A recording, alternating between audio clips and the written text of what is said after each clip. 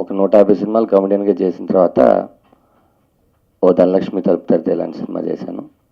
మీరందరూ దానికి మంచి రేటింగ్లు ఇచ్చారు, 3.53. కారణాలు కొన్ని దొరకవు ఈ సినిమా ఎందుకు ఆడలేదు అనేది, అది మన చేతుల్లో లేదు. నేను ఫస్ట్ ప్రొడ్యూసర్ గారిని కలిసినప్పుడు ఒకటి చెప్పాను, నా మీద 1.5 కోటి మీరు ఎలా అనుకుంటున్నారు, నేను నీ మీద అనుకుంటలేదు సినిమా మీద అనుకుంటున్నాను. ఓ ఓకే అండి, కథ మీరు క్లారిటీగా ఉన్నారా. తేజు వచ్చి ఒక పినీసు గుచ్చుకుంటే ఎందుకు గుచ్చుకుంది, ఎందుకు గుచ్చుకోవాలి, ఆ టైంలో గుచ్చుకోవడం కరెక్టే కాదని 100 ప్రశ్నలు వేరు. అంత క్రియేటివిటీగా ఆలోచిస్తాడు. కూర్చొని స్క్రిప్ట్ని మేము ఏం చేసామంటే, సినిమాని మనం 30 రోజులు తీయచ్చు సార్, పోస్ట్ ప్రొడక్షన్ ఒక 3 నెలలు చేయొచ్చు, మరి ప్రీ ప్రొడక్షన్ అనేది ఇంపార్టెంట్ అంటే డైరెక్టర్ గారు, శేఖర్ అందరూ కూర్చొని, కెమెరామెన్ బాబు, ఎడిటర్ని కూడా ఇన్వాల్వ్ చేసి ఫస్టే మా శివని స్క్రిప్ట్లో ఎంత అవసరం, ఏది అవసరం లేదు, ఏది లాగ్ అనిపిస్తుంది, ఇప్పుడు సినిమాలు ఎంత లెంత్ ఉంటే బాగుంటుంది, ఎప్పుడు కామెడీ రావాలి, బిఫోర్ ఎప్పుడు సీన్ రావాలి అన్నీ ఆలోచించి చాలా కష్టపడి చాలా టైట్గా ఈ అద్భుతమైన కామెడీ థ్రిల్లర్ని చేసాం.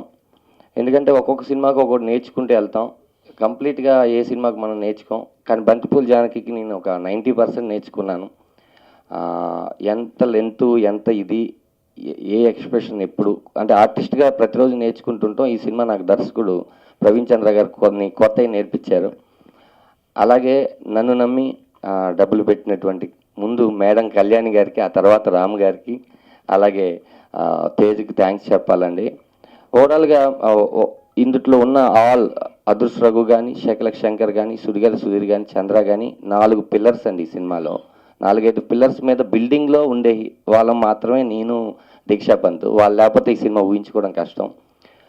అన్ని సినిమాల్లో మేము 1 సీన్ 2 సీన్ చేస్తే నవ్వించడానికి ప్రయత్నిస్తాం, కానీ ఇందులో నవ్వుతో పాటు ఇంకొక కొత్త విషయాన్ని జోడించి చెప్తే బాగుంటుందని ఒక థ్రిల్లింగ్ పాయింట్ని చెప్పాం. డెఫినెట్గా ఆడియన్స్ ఆ థ్రిల్స్కి మాత్రం బాగా ఎగ్జైట్ ఫీల్ అవుతారండి. ఈ నెల 26వ తారీఖు సినిమా రిలీజ్ అవుతుంది. ఇదే కాన్ఫిడెంట్గా చెప్తున్నాను, మళ్ళీ 11 గంటల ఆట అయిపోయిన తర్వాత మళ్ళీ నేను, వద్దీశ్వర్ గారు అందరూ ప్రెస్ మీట్ పెడతాం. మంచి సినిమా మీ అందరికి ఇచ్చాం, మీరందరూ మమ్మల్ని ప్రోత్సహించినందుకు థ్యాంక్స్ చెప్తూ ఒక థ్యాంక్స్ మీట్ పెడతాం. చాలా కాన్ఫిడెంట్గా ఉన్నాం. అలాగే బోలే, నందారే నారి ముద్దలు జుమ్మకు జజ్జర్ అనే సాంగ్ నా లైఫ్ టైంలో అదొకటే ఉండిపోద్దేమో, బోలే దగ్గర నుంచి ధనలక్ష్మి తలుపుతారు అనుకున్నా.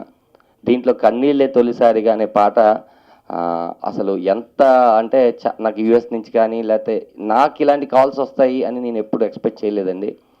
ఆఫ్టర్ రాజుగారి గది తర్వాత చాలా హ్యాపీగా, చాలా ఫీల్ అయ్యి మనస్ఫూర్తిగా చేసిన సినిమా.